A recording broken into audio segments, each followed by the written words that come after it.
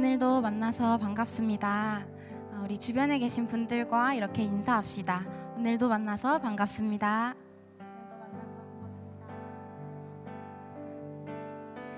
네, 오늘도 어김없이 주의 성전을 지킴으로 나오신 여러분들을 예수님의 이름으로 환영하고 진심으로 축복합니다. 오늘은 성찬 영원한 사귐이라는 제목으로 함께 예배를 드리게 될 텐데요. 주님께서 우리를 위해 떡과 잔을 나누신 그 사랑을 기억하길 소망합니다. 주님께서 우리를 위해 나누신 이 떡과 잔을 생각할 때 우리가 그분을 단지 믿고 또 듣는 데서 멈추지 않고 그분을 먹고 마심으로 참된 구원과 영원한 사귐 안으로 들어가길 간절히 소원합니다. 특별히 오늘은 예배 후에 총회가 있는 날입니다. 예배와 그 이후에 있을 모든 순서 가운데 성령님 한 분께서 임해달라고 주관하는 그런 시간이 되시길 간절히 기도합니다. 이 시간 우리 안에 이미도 임하신 성령님을 찬양하며 예배로 나아갑시다. 먼저 다 함께 일어나셔서 사도신경으로 우리의 신앙을 고백하도록 하겠습니다. 나는 전능하신 아버지 하나님 천지의 창조주를 믿습니다. 나는 그의 유일하신 아들 우리 주 예수 그리스도를 믿습니다. 그는 성령으로 잉태되어 동정녀 마리에게서 나시고 본디오 빌라도에게 고난을 받아 십자가에 못 박혀 죽으시고 장사된 지 사흘 만에 죽은 자 가운데서 다시 살아나셨으며 하늘에 오르시어 전능하신 아버지 하나님 우편에 앉아 계시다가 거기로부터 살아있는 자와 죽은 자를 심판하러 오십니다. 나는 성령을 믿으며 거룩한 공교회와 성도의 교제와 죄를 용서받는 것과 몸의 부활과 영생을 믿습니다. 아멘.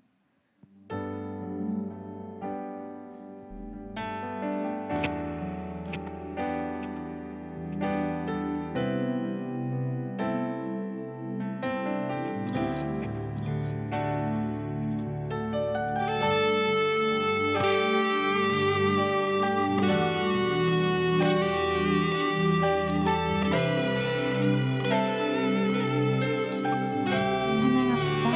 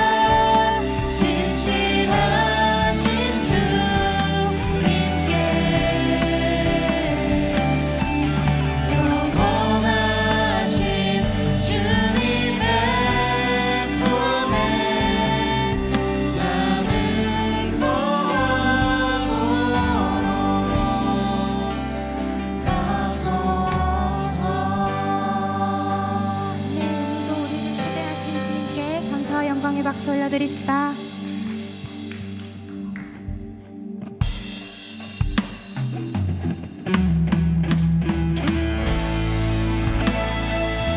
우리 이 시간 우리를 자유케 하시고 영원한 생명으로 초대하시는 어린 양의 피를 기쁨으로 노래하길 소망합니다.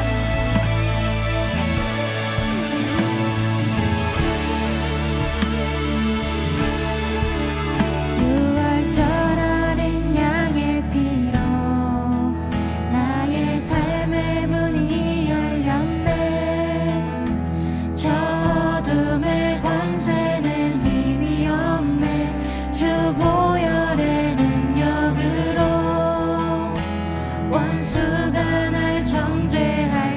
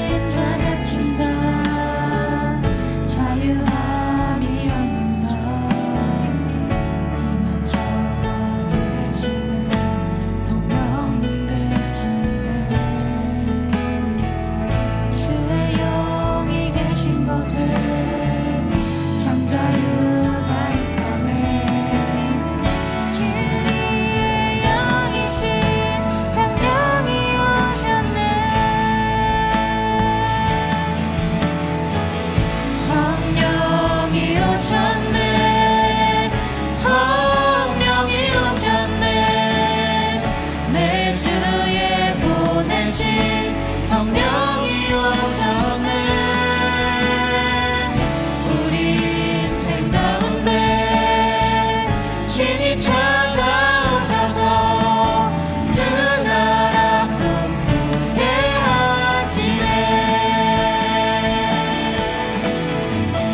성령이 오셨네. 성령이 오셨네. 내 주에 보내신 성령이 오셨네.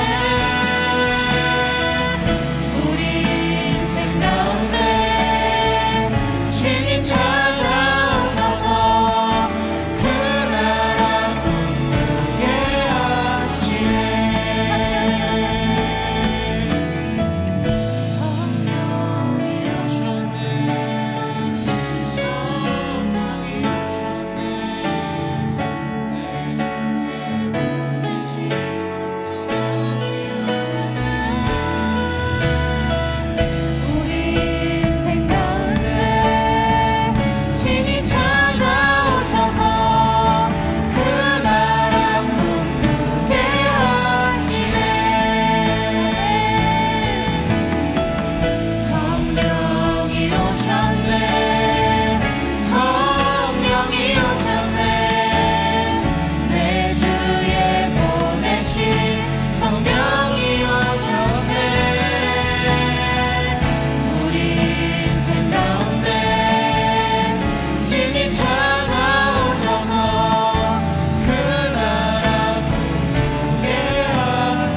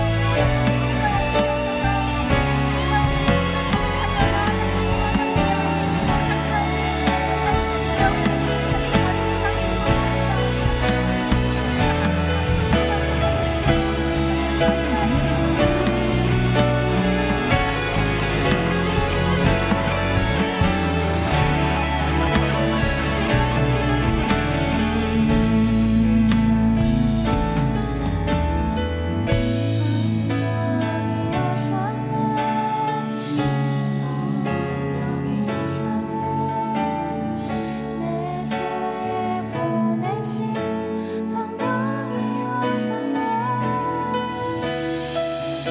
우리 인생 가운데 신이 찾아오셔서 그 나라 꿈꾸게 하시네.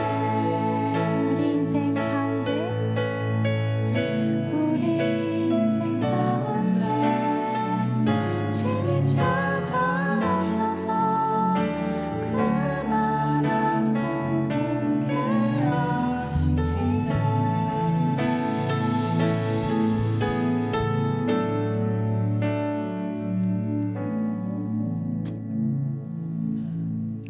기도드리겠습니다. 사랑과 은혜가 충만하신 하나님, 오늘도 저희를 예배의 자리로 이끌어 주심에 감사드립니다. 지난 한 주 동안도 저희의 걸음을 인도하시고 동행하신 하나님, 우리가 연약하여 그 하나님을 보지 못하고 행했던 모든 죄를 이 시간 깨끗이 씻어주시길 원합니다. 정결한 마음, 정직한 마음으로 다시 하나님 앞에 서기를 원합니다. 하나님, 저희 코람데오 공동체를 돌보아 주세요. 특별히 올 한 해를 정리하고 새로운 한 해를 준비하는 정기총회를 앞두고 있습니다. 하나님의 뜻에 따라 이루어지길 원하며 우리의 공동체가 상처받는 자가 없도록 서로 섬기며 돌아보게 하시고 믿음 안에서 더욱 건강하게 성장할 수 있도록 인도해 주세요. 주님, 이제 말씀으로 나아가고자 합니다. 오늘 예배 가운데 주의 말씀에 귀 기울이며 우리 모두가 하나님 안에서 더욱 단단해지는 시간이 되길 원합니다. 그 말씀을 삶 속에서 기억하며 주님의 뜻을 깨닫고 실천하는 힘을 얻게 해주세요. 저희의 찬양과 기도가 오직 주님만을 향하길 원합니다. 감사드리며 우리 주 예수 그리스도의 이름으로 기도드립니다. 아멘.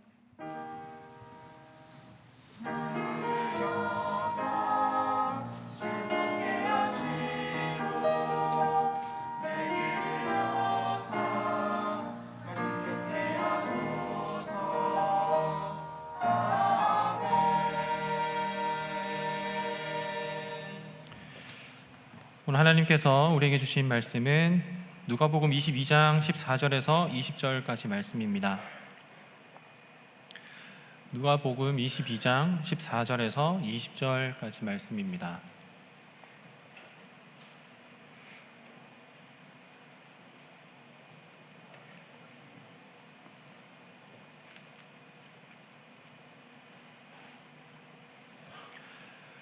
여러분을 위하여서 제가 하나님의 말씀을 받들어 읽을 때 모두 경청하시기 바랍니다.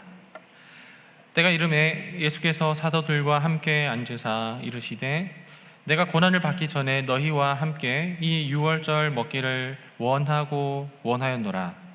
내가 너희에게 이르노니 이 유월절이 하나님의 나라에서 이루기까지 다시 먹지 아니하리라 하시고 이에 잔을 받으사 감사 기도하시고 이르시되 이것을 갖다가 너희끼리 나누라.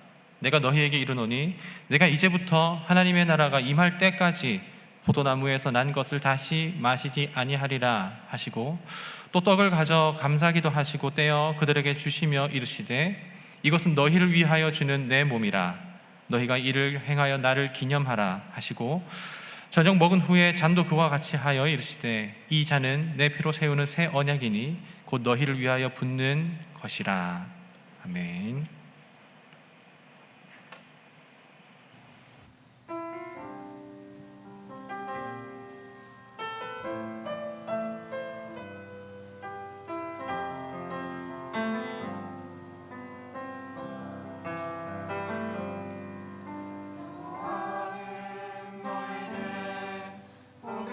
주시기를 원하며 너를 지키시기를 원하시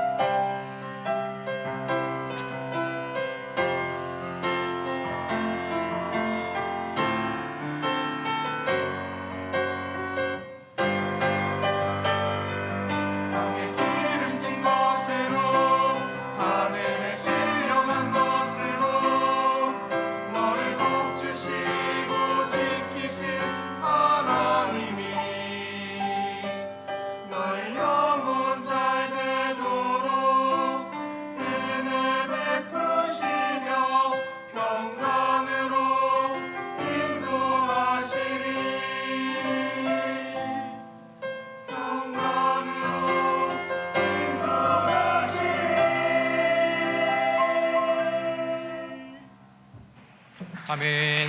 오늘도 귀한 찬양으로 섬겨주셔서 참 감사드립니다. 우리 함께 드린 예물 놓고 함께 기도하겠습니다. 주 예수보다 더 귀한 것은 없다는 그 믿음의 고백으로서 하나님께 이 시간 우리가 귀한 예물을 올려드립니다. 주님이 우리의 건강이시고 주님이 우리의 생명이시고 주님이 우리의 과거와 현재와 미래이시며 주님이 우리의 즐거움이시고 주님이 우리의 위로이시기 때문에 우리는 다른 것에서 구원을 얻지 않고 주께 모든 것을 얻기 원합니다.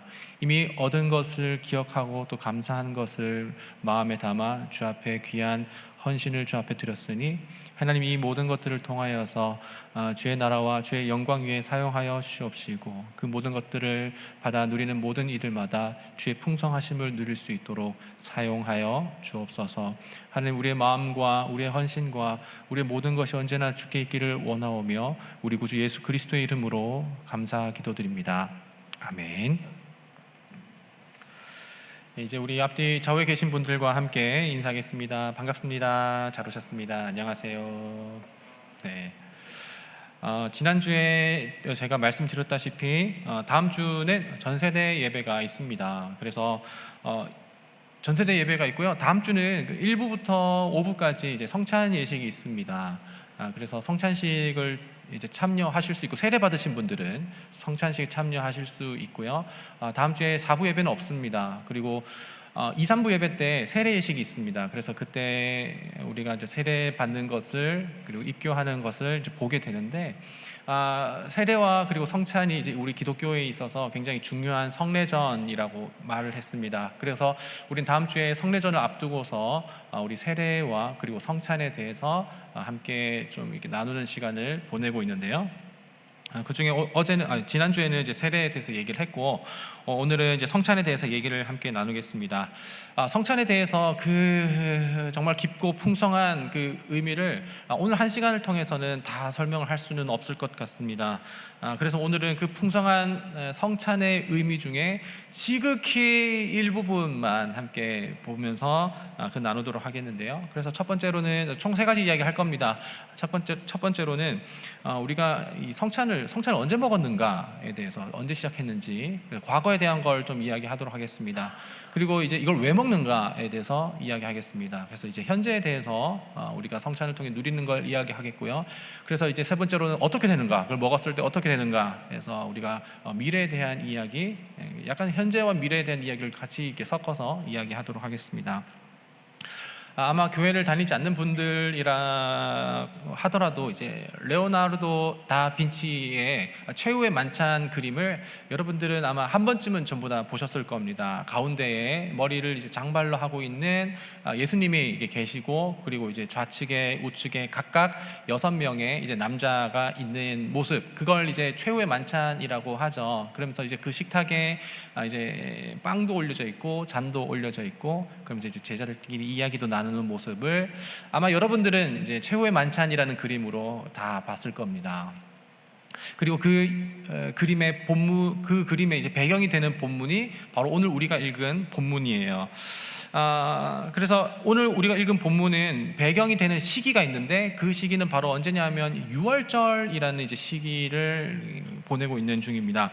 그래서 이 유월절이라고 하는 건 이제 유대인들의 이제 절기예요. 우리도 이제 우리나라 이제 고유의 이제 명절 그리고 이제 절기를 이렇게 보내잖아요. 그래서 그런데 이제 유월절도 이제 이스라엘의 유대인들이 보내고 있는 명절이기도 한 게 유월절입니다. 자, 그리고 이 유월절의 사건을 오늘 이제 우리 본문에서 보고 있어요. 자, 그러면 이제 이 유월절이라는 명절이 그럼 이스라엘 가운데 어떻게 생겨났는가에 대해서 알 필요가 있겠죠. 그래야 왜 이 유월절을 챙기고 그리고 보내는지에 대해서 알 수가 있기 때문에 그렇죠. 아마 2주 전에 여러분들 여기에서 좀 예배를 참석하셨던 분들이라면 출애굽기 12장 본문을 통해서 하나님께서 그 10가지 재앙을 통해 애굽에 있는 10가지의 신들을 심판하셨다라는 내용을 아마 여기 계신 분들은 들어보셨을 겁니다. 그리고 그 10가지 재앙 중에 10번째 재앙, 그러니까 마지막 재앙, 처음 난 것의 죽음이라는 그 재앙을 피하기 위해서 하나님께서는 주신 어떤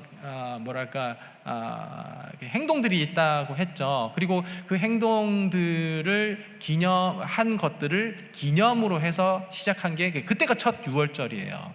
그러니까 이 유대인들이 지키는 이 유월절이라는 명절을 가장 처음 지켰었던 그때는 바로 애굽에서 나올 때, 그때 10번째 재앙을 피하기 위해서 이들이 지켰었던 게 유월절이라는 겁니다. 자, 그러면 이 유월절에 대해서 우리가 생각했을 때 여러분들 아시는 분들은 아시겠지만 유월절이라고 한다면 그렇지, 어린 양을 잡아서 그래서 그 어린 양의 피를 이제 임방과 그리고 좌우 문설주에 바르는 것이지, 그리고 그 피를 보고 이 재앙이 넘어가는 것, 유월한다, 패스오버 한다라고 하는 거지, 이렇게 우리는 다 알고 있습니다. 아는 분들은 이제 아실 거예요. 근데 여기에 대해서 조금 더 깊숙이까지는 잘 알지 못하는 게 뭐냐면, 이제 그 어린 양을 잡고 나서 이제 피를 이제 문에 바르잖아요. 바르고 나서 그 다음에 그럼 이제 피를 뺐으니까 이제 고기가 남을 거 아닙니까? 이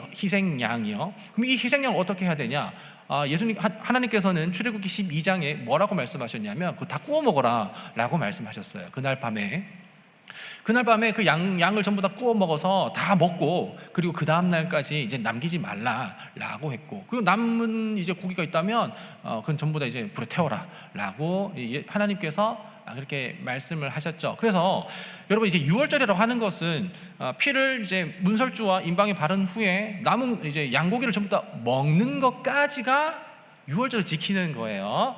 자, 그래서 이 유월절을 지키는 것에 대해서 이제 첫 유월절이 되고, 모세는 이제 이스라엘의 모든 장로들을 전부 다 불러서 이걸 이렇게 계속해서 이게 첫 유월절로 지키고, 그리고 이제 대대손손으로 자녀들이 이거 왜 하는 거예요? 라고 묻거든. 너희들은 대답하여서 이것은 여호와 우리 하나님께서 우리를 구원하신 것을 기념하기 위한 것이다 라고 하면서 대대로 가르쳐라 라고 하면서 이 명절을 이제 대대로 지키라고 이게 말을 이제 모세가 했죠. 자, 그게 이제 출애굽기 12장에 있는 이야기인데, 그 중에 12장 24절부터 27절까지를 제가 읽어드릴게요. 모세의 이야기입니다. 너희는 이 일을 규례로 삼아 너희와 너희 자손이 영원히 지킬 것이니, 너희는 여호와께서 명령하신 대로 너희에게 주신 땅에서 이를 때에 이 예식을 지킬 것이라. 이 땅은 뭐냐면 이제 가나안 땅을 말하는 거겠죠. 이제 출애굽하고 나서 광야 생활 한 다음에 정착하게 될 가나안 땅. 이 가나안 땅에서 이제 이 예식을 지킬 것이라. 이 예식이 이제 유월절입니다. 26절입니다. 이후에 너희 자녀가 묻기를 이 예식이 무슨 뜻이냐 하거든. 27절, 너희는 이르기를 이는 여호와의 유월절 제사라. 여호와께서 애굽 사람에게 재앙을 내리실 때에 애굽에 있는 이스라엘 자손의 집을 넘으사 우리의 집을 구원하셨느니라 하라 하매 백성이 머리 숙여 경배하니라. 그래서 이 10번째 재앙은요, 단순히 10번째 재앙에서 유월절을 지키는 건 그냥 재앙을 피할 뿐만 아니라 그 재앙을 피함을 통해서 애굽의 모든 신들을 전부 다 무너지게 하고 이스라엘은 구원을 얻는 것을 전부 다 상징하는 게 유월절이라는 겁니다. 그래서 이제 이스라엘은요, 이렇게 10번째 재앙 때 유월절을 지킴으로써 하나님의 구원을 맛보게 됐죠. 그리고 나서 출애굽했습니다. 그래서 이제 이 절기를 계속해서 기념하고 기억하며 그 유월절마다 이제 양을 잡아서 먹고, 그리고 그것을 하나님의 구원하심, 하나님께서 우리 민족을 구원하셨다라는 것을 늘 매해마다 기억하면서 먹었습니다.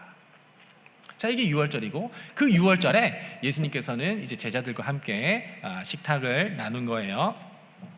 자, 그래서 이제 유월절 때마다 이들은 이제 양고기를 먹으면서 양고기가 잡내가 안 잡혔다 뭐 이런 생각을 하는 게 아니라 먹으면서 하나님께서 우리를 구원하셨지, 하나님께서는 우리를 끝까지 인도하실 거지라는, 날마다 그걸 먹으면서 믿음의 확신을 계속해서 얻게 되었었어요.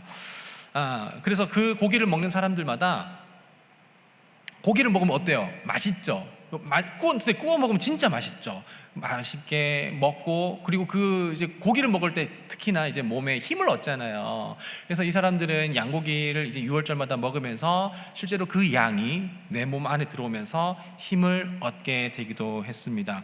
그리고 힘을 얻을 뿐만 아니라 그걸 먹으면서, 그래, 이것을 베푸신 것은 하나님께서 베푸신 거지라고 하면서 마음도 건강해지고 마음도 견고해졌어요. 그러니까 동시에 육체의 견고함과 그리고 마음과 믿음과 신앙의 견고함까지 같이 증대되는 게 6월절이었습니다.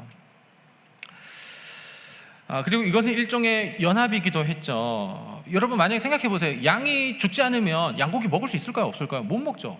양이 죽어야만 양고기를 먹을 수가 있습니다. 우리는 항상 더 나은 존재가 되기 위해서는 누군가의 희생과 헌신이 뒤따르게 되어 있다는 것을 혹시 여러분들은 알고 계신가요? 우리가 더 나은 존재가 되기 위해서는 우리를 위한 누군가의 희생이 반드시 뒤따른다라는 겁니다. 여러분 한번 집에 계신 분을 한번 생각해 보세요. 여러분들 날마다 집에 풍성한 식탁을 누릴 수 있는 것은 누가 희생해서 그렇죠? 일반적으로 생각해 봅시다. 뭐 특수한 상황들 말고요.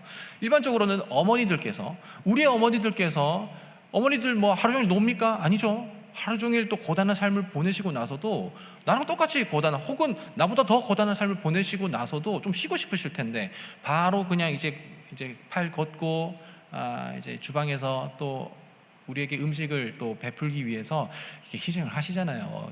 또 야채 손질도 하시고 고기 손질도 하시고 여러 가지 이제 음식을 만드시잖아요.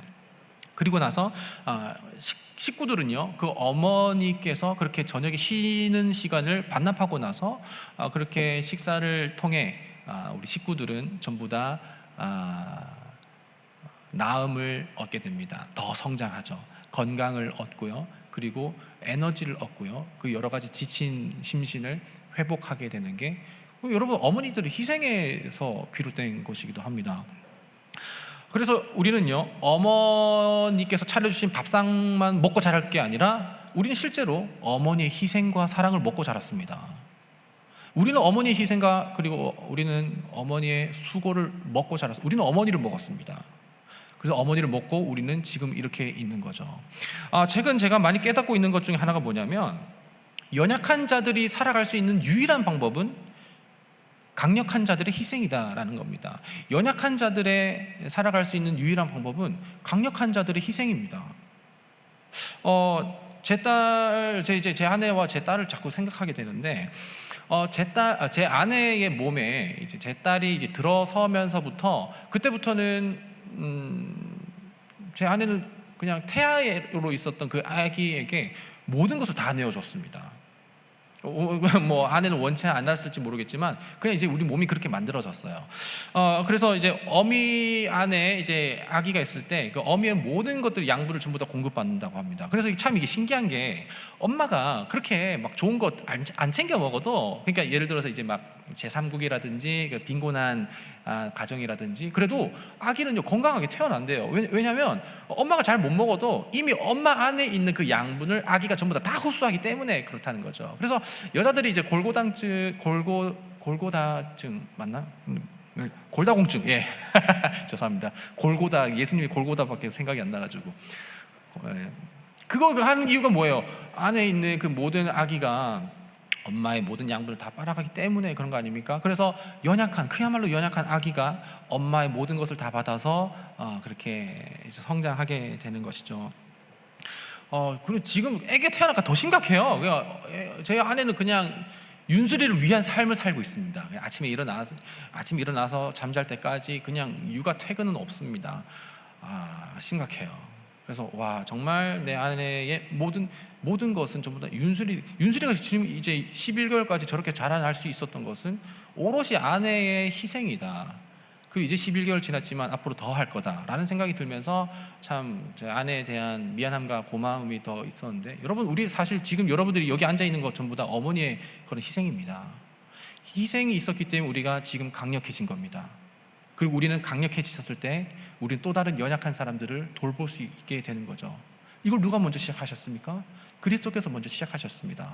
하나님께서 먼저 우리에게 자기의 모든 것을 내어주셨고 우리는 그분을 통하여서 먹고 마심으로 우리는 지금 이 자리에 있을 수 있다는 것은 이것은 하나님의 이 섭리와 이치이기도 합니다.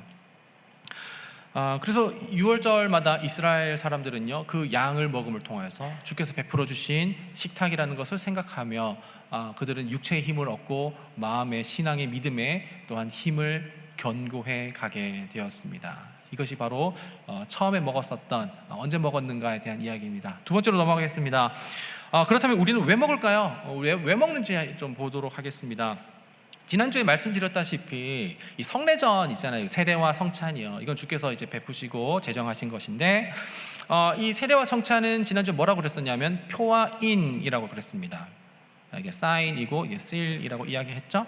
자, 그럼 세례도 그렇고 성찬도 그렇고 그거를 통해서 우리가 그걸 할 때 달라진다는 걸 얘기를 하는 것은 아니었습니다. 그러니까 예를 들어서 세례를 받으면 내가 죄 씻음을 받고 세례를 안 받으면 죄 씻음을 못 받고 그거 아니라고 얘기했습니다. 그렇죠? 그리고 예를 들어서 이번에도 얘기하겠지만 성찬을 할 때 주께서 베푸신 떡을 먹으면 내가 더 건강해지고 먹지 못하면 내가 건강하지 못하고 이거 얘기하는 거 아니라고 그랬습니다. 그걸 먹으면 구원받고 안 먹으면 구원을 못 받고 그거 아니라는 거예요. 자, 어디까지는 이거는 표와 인입니다. 자, 규율이나 어느 정도 이게 뭐 좀 규율이 심한 집단 같은 거 아니면 폐쇄적인 집단 같은 곳에서는 뭔가 막 이제 새로 들어온 이제 루키에 대해서는 막 신입에 대해서는 막 요구하는 게 있잖아요.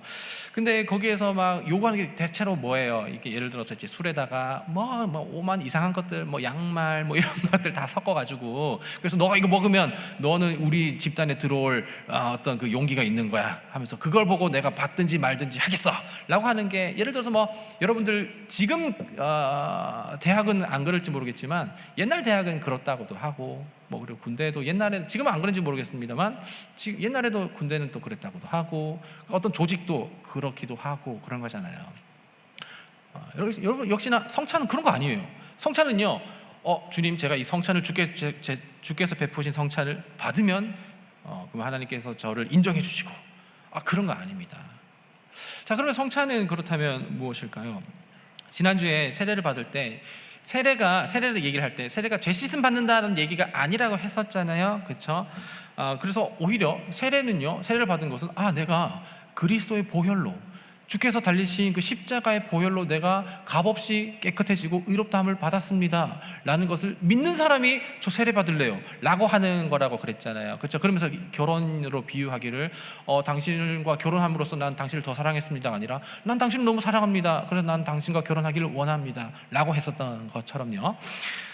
성찬도 마찬가지입니다. 아까도 말씀드렸다시피 내가 주께서 베푸신 그 성찬을 먹으면 그러면 내가 더 구원받고 그럼 못 먹으면 내가 믿음이 없는 거고 그거 얘기하는 거 아니라고 그랬습니다. 오히려 주께서 나를 위하여서 주님의 그 모든 것을 값없이 내게 베푸셨다는 것을 기억하고 감사하는 마음으로 그 안에서 내가 먹는 거가 바로 이제 성찬인 거죠.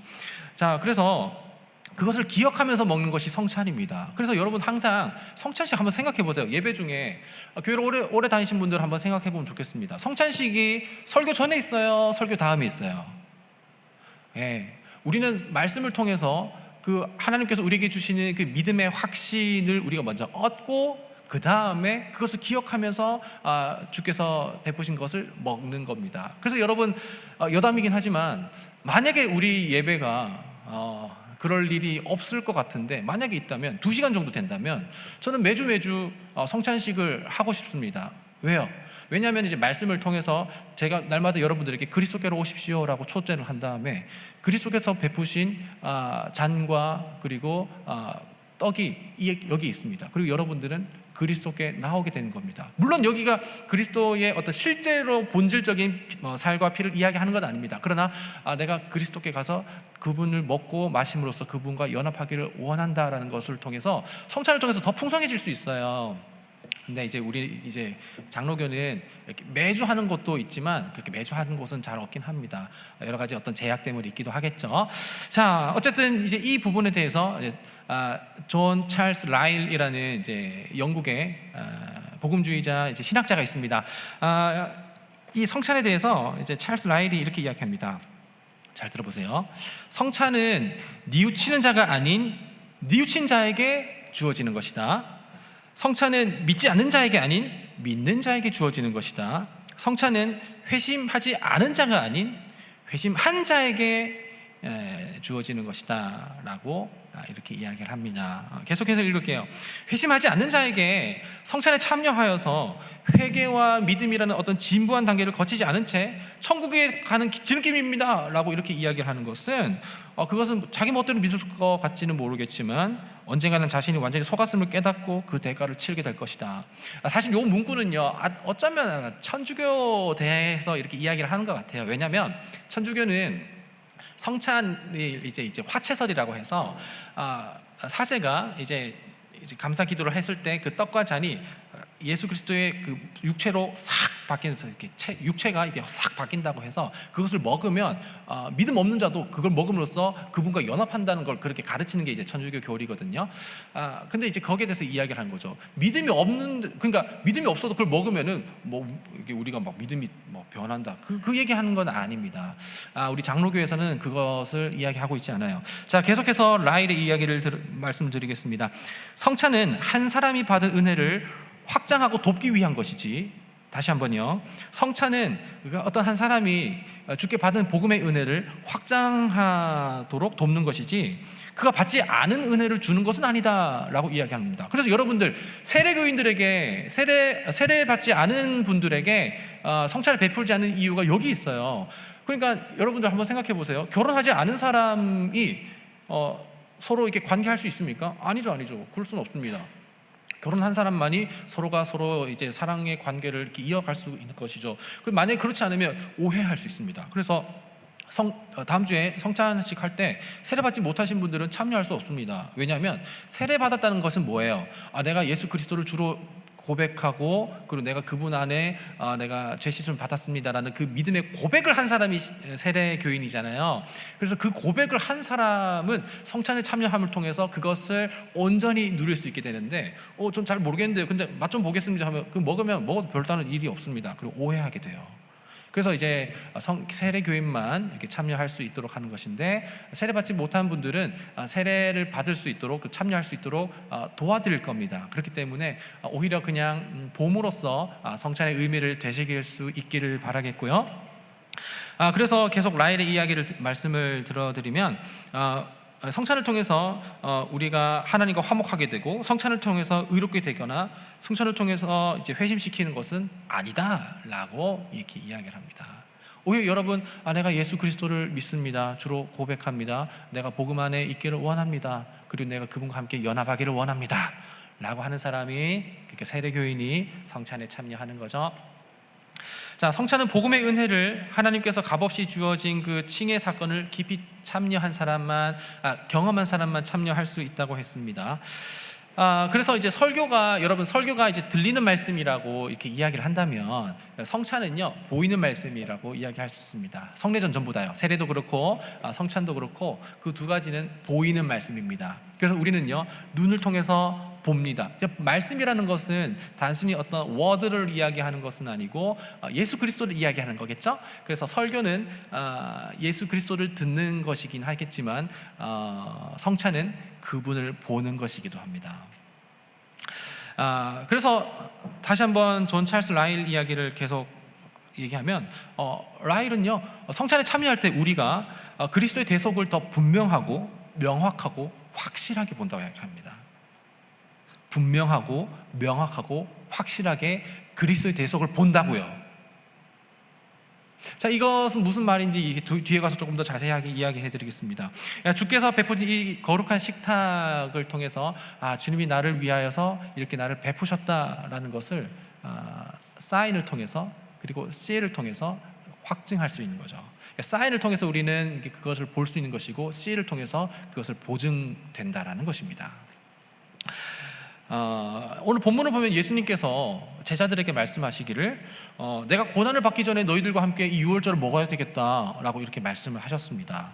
자, 근데 이 말을 들었었던 이제 유대인들이었던 제자들은요, 갑자기? 라고 이렇게 이야기할 수 있을 것 같습니다.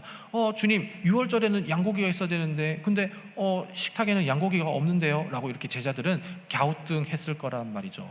예수님께서 이렇게 마지막 유월절을 통해서 이제 오늘 유월절을 너희와 함께 먹어야 되겠다라고 하셨을 때 식탁에는 양고기가 없었습니다. 왜일까요?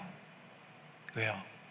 왜냐하면 그리스도 자기 자신이 하나님의 희생양, 어린 양이 되셨기 때문에 그렇습니다. 그리고 예수님께서는요, 십자가에 달리시기 전에 자기 자신을 제사로 드리시기 전에 그것을 기념하기 위해서 이 떡과 잔을 이것은 나의 몸이요 내가 너희를 위하여 흘리는 피다라고 하면서 나누셨던 거였죠.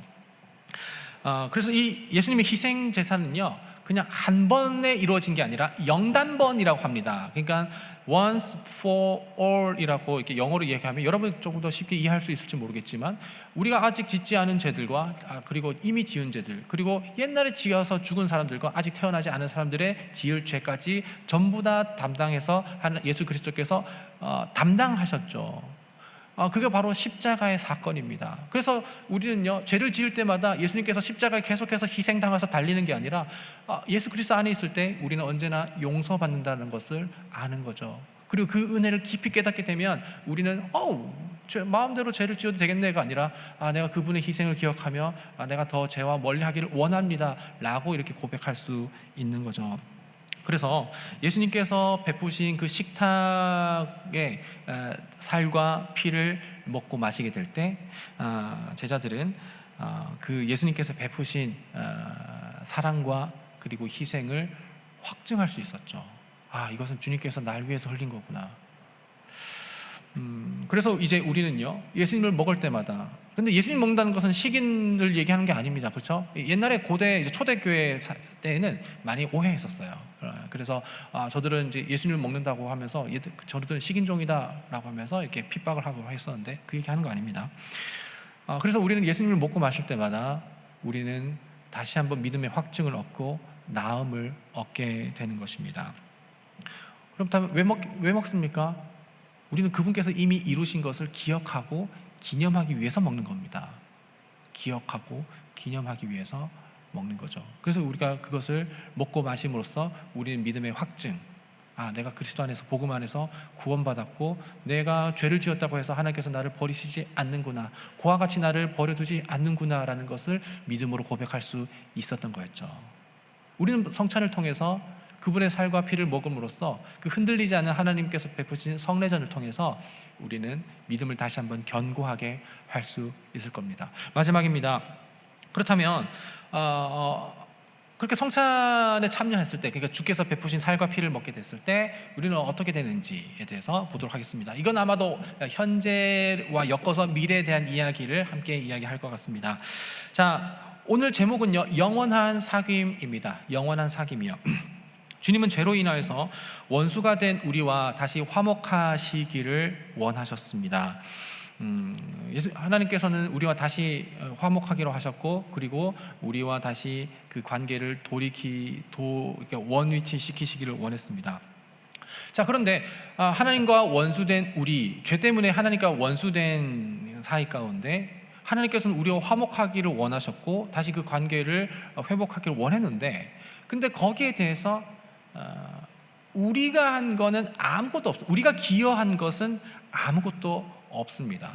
그러니까 우리가 하나님과 화목하게 되기 위해서 우리가 주님을 위해 뭘 해야 되는 것은 없다라는 거예요. 다시 한번 말씀드리자면 우리가 주께 구원받기 위해 우리가 해야 되는 것은 아무것도 없습니다. 요까지만 말 들으면 뭐 해야 되는 거예요? 이렇게 물을 수가 있는데, 물론 이제 주께 우리가 거저 구원받았던 것을 알게 되면 무엇이든 할 수 있거든요. 근데 구원받기 위해서는 아무것도 안 해도 됩니다. 그러나 구원받는 것을 알게 되면 우리 뭐든지 할 수 있게 되는데, 자, 그런데 지금 얘기할 건 그게 아니고, 어쨌든 하나님께서는 우리와 다시 화목하게 되기로 했고 사귀기로 하셨는데, 오늘 본문 19절과 20절을 여러분들 한번 눈으로 보면 좋겠습니다. 누가복음 22장 19절과 20절인데요. 여기서 보면 한 가지 좀 눈여겨볼 것은 무엇이냐면, 우리 주님께서 떡과 잔을 베푸시기 위해서 베푸시는 것이 뭘 위해, 누굴 위해 하는 거라고 적혀 있을까요? 이 잔과 그리고 이 떡은 뭘 위해, 누굴 위해? 찾으셨습니까? 우리를 위해입니다. 그러니까 하나님의 영광을 위해서도 아니고요. 그리고 예수 그리스도의 어떤 자기 안위, 명성, 명예를 위해서도 아니었습니다. 이 잔과 그리고 이 피는 너희를 위한 것이라고 했습니다. 여러분, 성찬식 우리를 위한 상입니다. 이 성찬식을 통해서 우리는 그분을 먹고 그분을 마실 수 있고, 그리고 우리는 그분께서 내가 너희를 사랑한다, 내가 너희의 모든 죄를 다 짊어졌다, 그리고 이 모든 것들 전부 다 내가 심판받았고 너희는 내 안에 있을 때 모든 것이 전부 다 용서받고 새 사람이 된다라는 것을 확증하는 것이 거룩한 식탁, 성찬입니다. 레오 슈스터라는 미국의 복음주의 신학자가 있는데요, 이렇게 이야기합니다. 예수께서 우리를 위해서 하신 일을 기억할 때, 복음이죠. 예수께서 우리를 위해서 하신 일을 기억할 때 우리가 뭘 해야 될지 그거 얘기하는 거 아닙니다. 예수께서 우리를 위해 하신 일을 기억할 때 우리는 그분이 완수하신 사역에 우리의 삶의 기초를 두게 된다. 다시 한번요. 우리는 그분이 완수하신 사역에 우리의 삶의 기초를 두게 된다. 계속 읽어드리고 설명드릴게요. 우리가 구원을 얻어내는 수단이 아니라 구원받은 자들이 나누는 영적 식사이다. 성찬은 그리스도 안에서 우리를 확증하고 힘을 준다. 예, 그래서 여러분, 우리가 이제 앞으로 이제 마지막에 적용할 때 이야기하겠습니다만, 우리가 뭘 해야 되는지에 대해서, 예수님께서 하신 일에 대해서 우리는 이제 그 일에 기초를 두게 되는 것이죠. 예를 들어서 여러분, 서로 사랑하십시오 라고 했을 때 자기 마음대로 사랑할 수가 있습니다.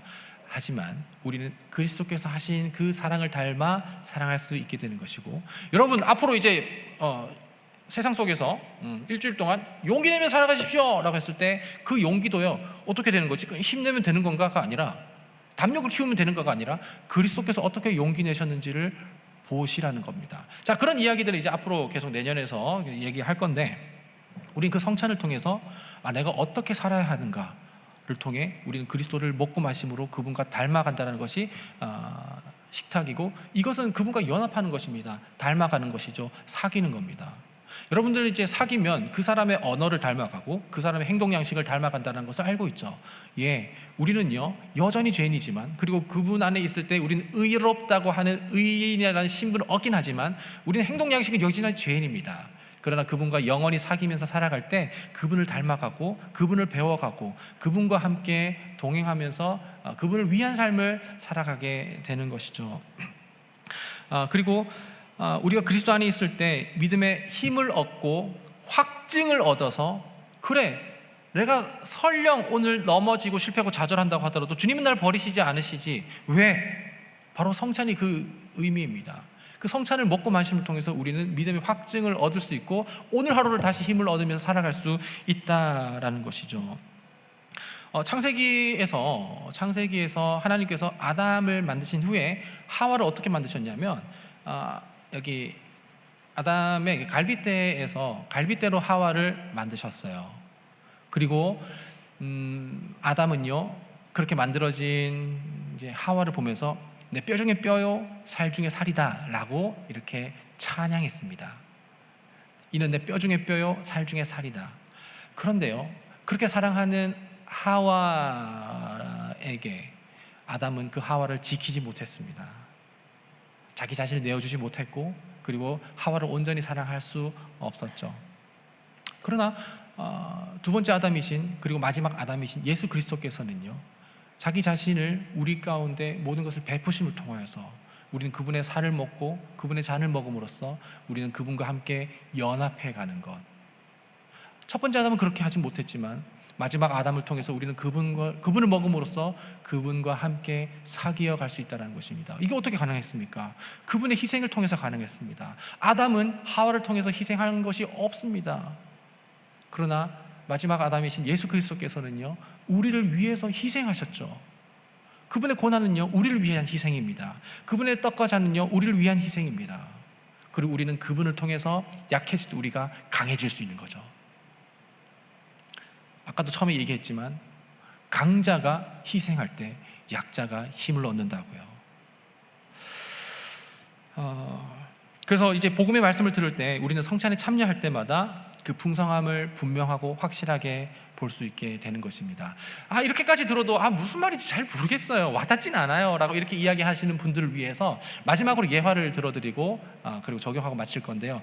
역시나 이 예화가 여러분들에게 확 와닿지는 않을런지는 모르겠지만 일단 해보겠습니다. 저랑 그리고 제 아내는요, 두 사람이 같이 좋아하는 향수가 있는데 남자 향수, 여자 향수 따로 있잖아요. 근데 같이 좋아하는 향수가 있어요. 그게 뭐냐면 이솝의 이더시스라는 겁니다. 물론 사라는 건 아니고 또 홍보도 아닌데 저와 저희 아내는요, 이더시스를 굉장히 사랑합니다. 자, 근데 왜요? 갑자기 왜요? 라고 물을 수 있는데, 저랑 아내랑 이제 결혼을 하면서 이제 신혼여행 준비를 할 때, 신혼여행을 앞두고 저는 항상 어디 타국에 여행 가면 그 여행지를 위한 향수를 따로 샀어요. 그래서 그 향수를 그 여행을 갈 때마다 계속 그냥 뿌리는 거죠. 여기도 뿌리고 집에도 그 숙소에도 뿌리고 내 집에도 뿌리고 하면서 그 향을 계속 여행 내내 맡아요.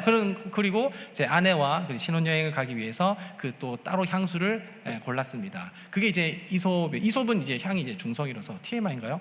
근데 이제 이솝에서 이더시스를 사서 이제 아내와 같이 거의 한 2주 좀 덜 되는 시간들 동안 이더시스를 계속 뿌렸습니다. 계속 뿌리고 나서 뿌리면서 저는 이제 여러 가지 기억 장치를 몇 개 해놓거든요. 그 중에 하나는 또 뭐냐면 음악을 계속 듣는 거였어요. 그래서 음악도 뭐 들었었냐면 에드 시런의 그 이제 어텀 뭐라 그러지? 하여튼 2023년도에 나오는 그 앨범이 있습니다. 그거 계속 들었어요. 아내랑 이제 그 앨범이랑 그리고 그 향수를 한 번씩 이렇게 하잖아요. 그러면 하면서 서로 아이 컨택하면서 미쳤다 이렇게 해요. 그러면서 우리는 다시 신혼여행 갔었던 그때 그 시절 그 장소로 돌아갑니다. 물론 의왕시에 있었지만요.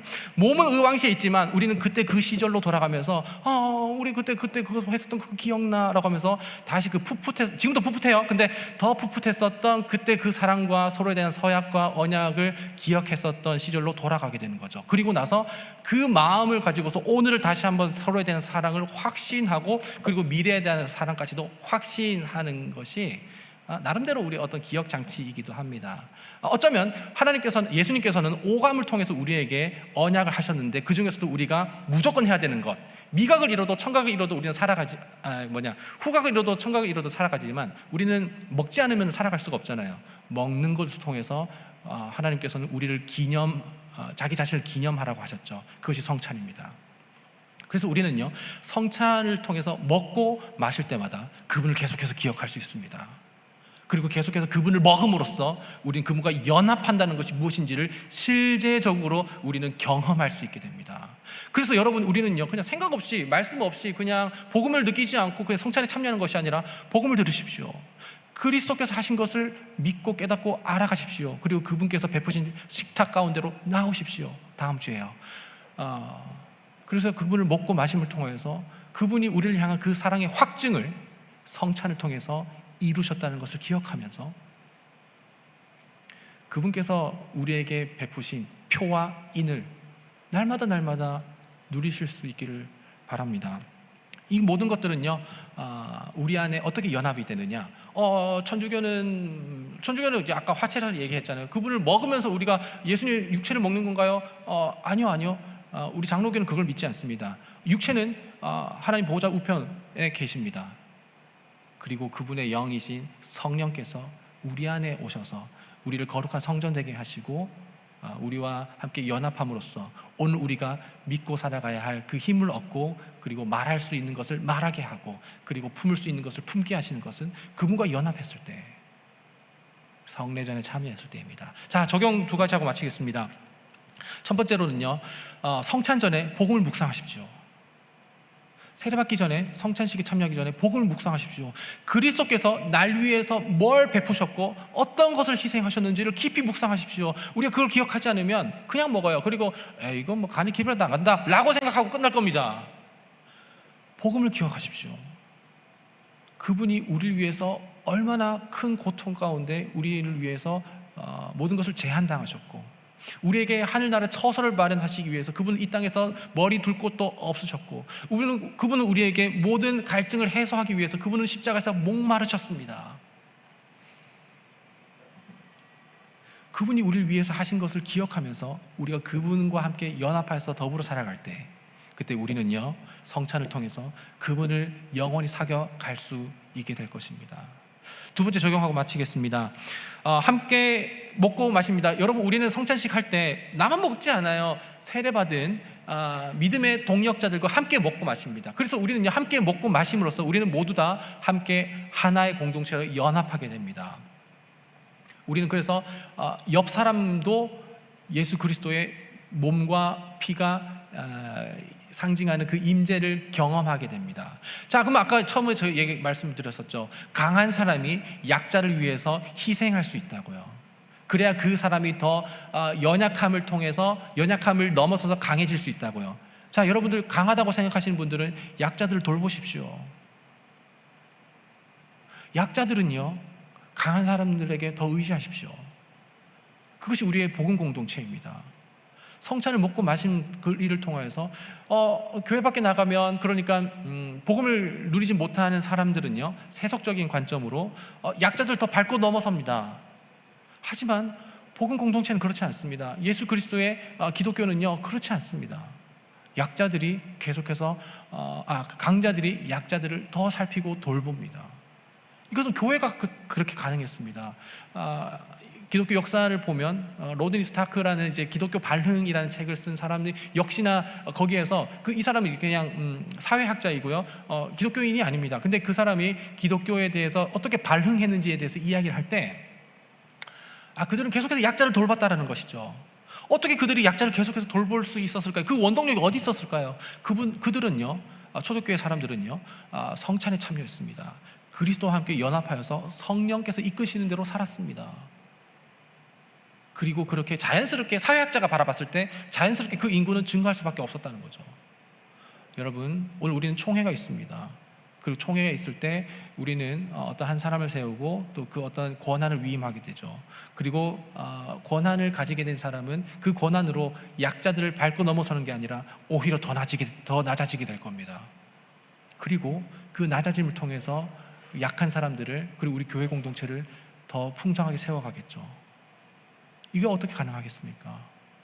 그리스도께로 오십시오.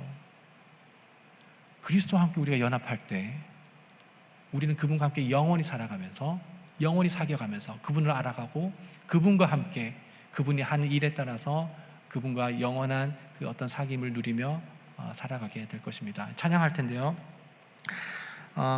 예배팀 올라와 주시면 좋겠고, 성령이 오셨네라는 찬양할 겁니다. 할 건데, 험한 시절 지날 때 깊은 한숨 내쉴 때 그런 풍경 보시며 탄식하는 분이 있네. 그와 같이 너희를 버려두지 않으리. 내가 너희와 영원히 함께하리라 라고 하면서 제정하신 것이 성찬입니다. 세례입니다. 그리고 우리는 그분을 먹고 마심을 통해서 내 주에 행하신 성령이 오신네, 우리 인생 가운데 친히 찾아오셔서 내가 이제 더 이상 하나님 나라를 등 돌리지 않고 그 나라를 꿈꾸게 되는구나. 하나님 나라를 꿈꾸는 것은 무엇입니까? 약자들을 돌보고요, 내가 더 헌신한 그 삶입니다. 그분과 함께 영원히 살아가는 그 삶입니다. 우리 함께 찬양하겠습니다.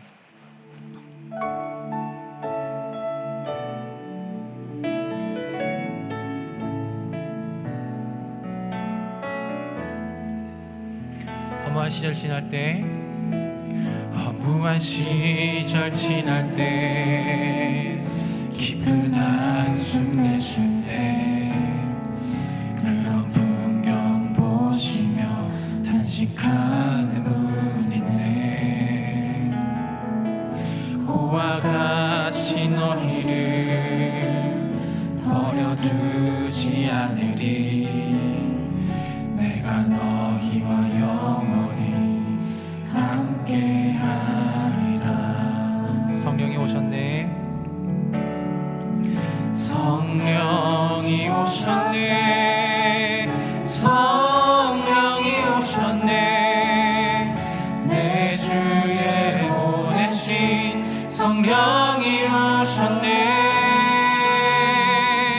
우리 인생 가운데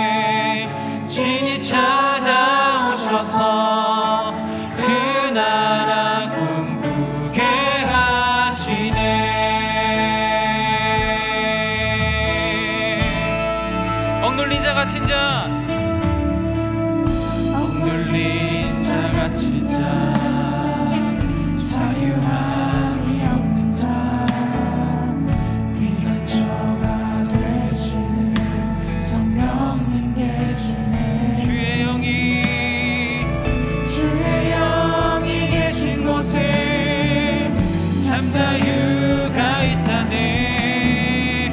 진리의 영이신 성령이 오셨네. 성령이 오셨네. 성령이 오셨네. 성령이 오셨네. 내 주에 보내신 성령이 오셨네.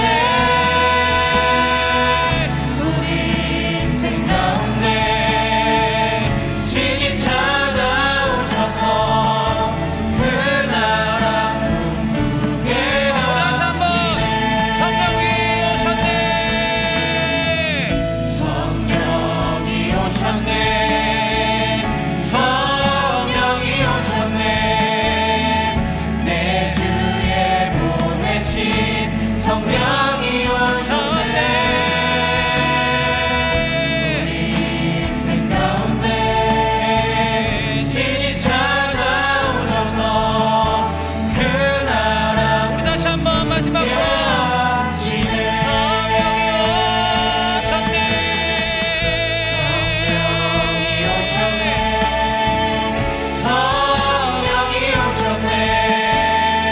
내 주에 보내신 성령이 오셨네.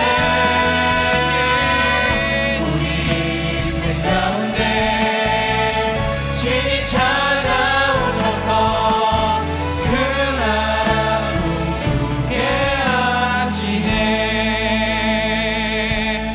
함께 기도하면서 나아가겠습니다. 함께 기도할 때 하나님, 다음 주에 우리가 세례를 하는 것을 이제 보게 되고 성찬식에 참여하게 됩니다. 아직 성찬을 받지 못한 사람이 있다면 이렇게 기도하면 좋겠습니다. 하나님, 그 의미가, 우리에게 베푸신 그 의미가 무엇인지를 보면서 깨달아 알게 하여 주옵소서. 함께 기도하면 좋겠고요. 또 세례를 받으신 분들, 성찬에 참여하신 분들이 이렇게 기도하면 좋겠습니다. 하나님, 다음 주에 성찬을 통해서 주님에게 베푸신 잔을 먹고 마시게 될 때 하나님, 내 안에 성령이 임하셔서 우리 안에 믿음을 확증하게 하여 주옵시고, 나의 믿음의 연약함을 주께서 돌봐 주셔서 이제 내가 강한 자로서, 가진 자로서 약자에게 돌볼 수 있는 그 마음을 용기를 허락하여 주시고, 아직 내가 약한 사람이 있다면 내가 열등함을 느끼는 것이 아니라 나보다 더 나은 사람에게 그 도움을 얻을 수 있는 내 믿음과 용기를 또 허락해 달라고, 성령께서 나에게 임하셔서 그 모든 것들을 이루어 달라고 함께 기도하면 좋겠습니다. 함께 기도합시다.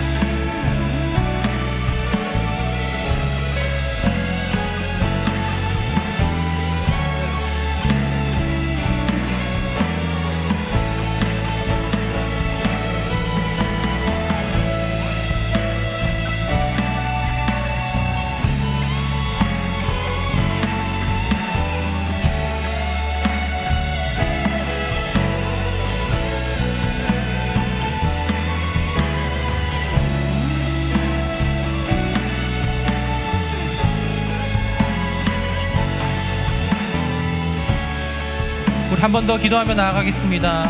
우리 한 번 더 기도할 때 하나님, 우리가 행위를 통해서 내 믿음과 내 삶을 증명하는 것이 아니라 예수 그리스도께서 나를 위해서 하신 것에 내 사역에 내 삶의 기초를 두게 하여 주옵소서.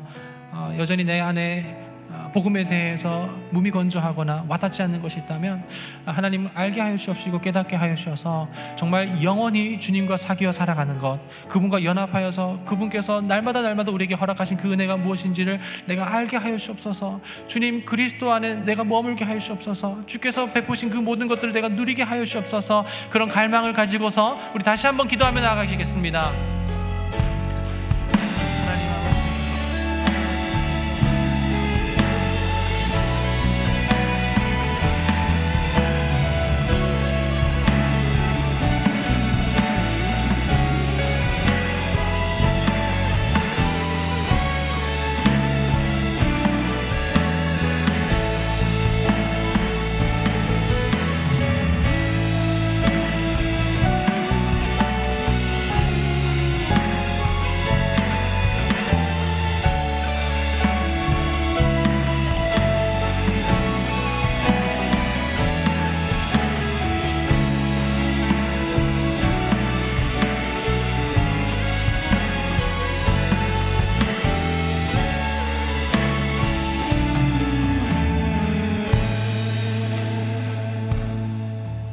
영원한 사귐에 날 초대하시는, 우리를 초대하시는 예수 그리스도, 그분과 영원히 사귀는 천국의 삶을 누리기 원합니다.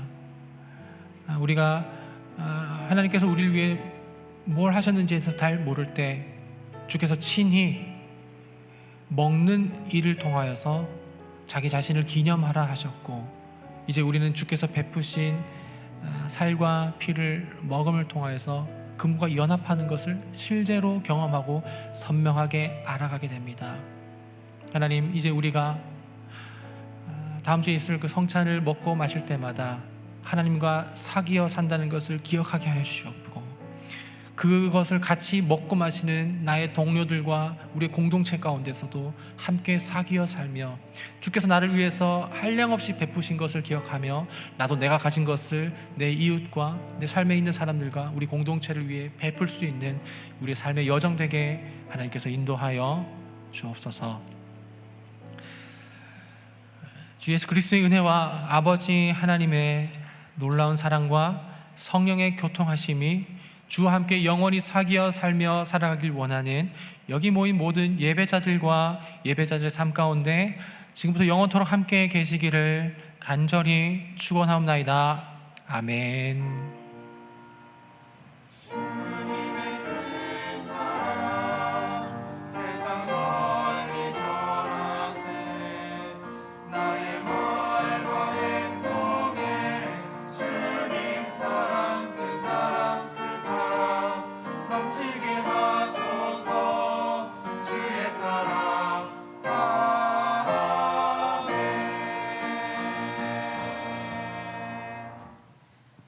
오늘도 이 자리에 나와 함께 예배드린 여러분 환영하고 축복합니다.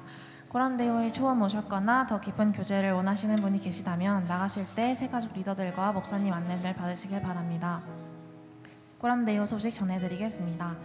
다음 주일인 11월 2일은 전세대 예배로 사부 청년부 예배가 없습니다. 9시, 11시에 드려지는 전세대와 함께하는 예배 기쁨 누리시면 좋겠습니다. 추가로 1, 2, 3, 5부에는 성찬 세례전이 있으니 복음을 더 깊이 알아가는 마음으로 동참하시길 원합니다. 오늘은 베델 성전에서 정기총회가 있습니다. 예정된 정관 발표, 결산 보고, 26년도 회장 투표가 예정되어 있으며 최근 3개월 제적의 반 이상이 참석해 주셔야 진행이 가능합니다. 내년을 준비함과 더불어 올해를 돌아보며 우리의 길을 예수님 안에서 함께 지어져가는 과정에 함께하면 좋겠습니다. 15시부터 진행될 텐데 광고 후 식당으로 내려가시면 봉사부에서 청년들을 위해 준비해 주신 피자가 있습니다. 감사한 마음으로 누리별로 맛있게 드신 후 이어지는 순서에 함께 하시길 원합니다. 세 번째로 청년부 주간 기묘 기도회가 11월 21일 금요일 오후 8시 30분에 있습니다. 특송 연습은 11월 16일 예배 후에 있으며 주중에도 한 목소리로 찬양하고 마음 모아 예배 올려드리길 원합니다. 다음으로 10월 29일부터 31일 오후 8시에 신앙 부흥회가 있습니다.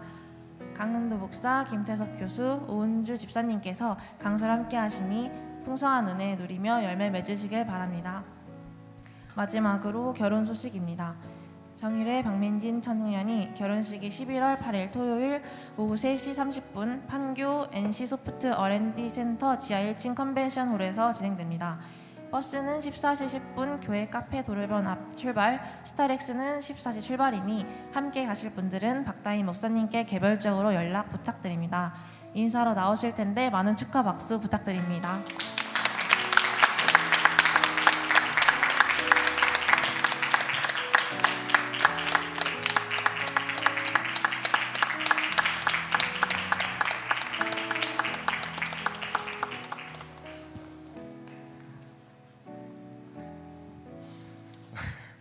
네, 안녕하세요. 박민진 정일회입니다. 우선 저희가 다다음 주 토요일 11월 8일에 이제 결혼식을 올리게 되었습니다.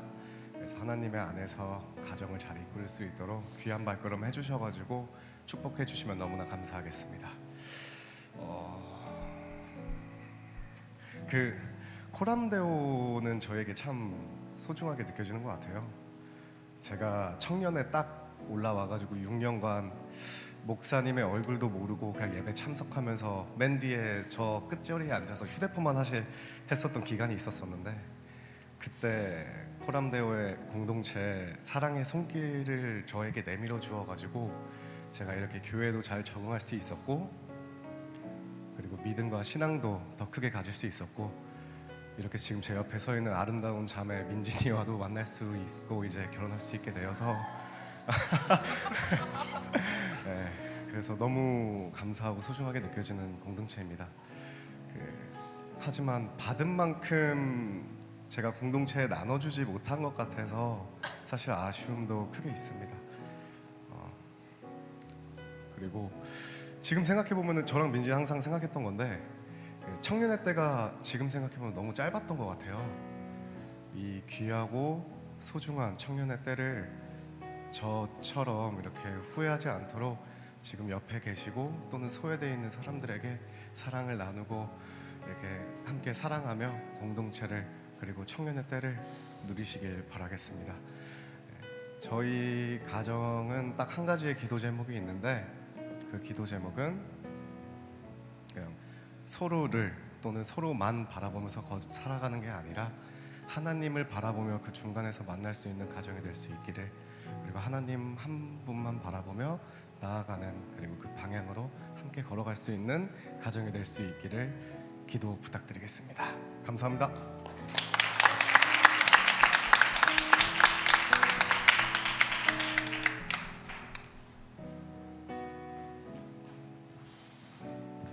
기도하는 거죠? 네, 제가 기도하고 기도하겠습니다. 하나님, 하나님께서 또 만나게 하시고 또 맺어주신 그 두 사람의 귀한 관계, 하나님께서 맺어주셨으니 그 관계를 계속해서 지속할 수 있도록 그 마음의 여유와 용납과 사랑과 희생의 마음을 허락하여 주시옵소서. 성부와 성자와 성자 하나님께서 연합함으로써 행복과 아름다움을 서로 간에 느끼셨던 것처럼 그 결혼의 제도를 우리 가운데 허락하셨으니 이 두 사람이 서로 재산과 마음과 몸과 시간을 연합하면서 살아갈 때 하나님과 연합이 얼마나 아름다운지를 날마다 알아갈 수 있는 귀하고 복된 결혼 생활 보낼 수 있도록 하나님께서 함께하여 주옵소서. 이 두 사람이 이 커플을 통하여서 많은 사람들이 또한 그 아름다운 결혼 생활을 또 보게 하여 주시옵시고, 이 커플을 통하여서 많은 사람들이 또 좋은 영향력 얻을 수 있도록 함께하여 주시옵소서. 그렇게 맺어주신 하나님께 감사드리옵고 거룩하신 구주 예수 그리스도 이름으로 기도드립니다. 아멘.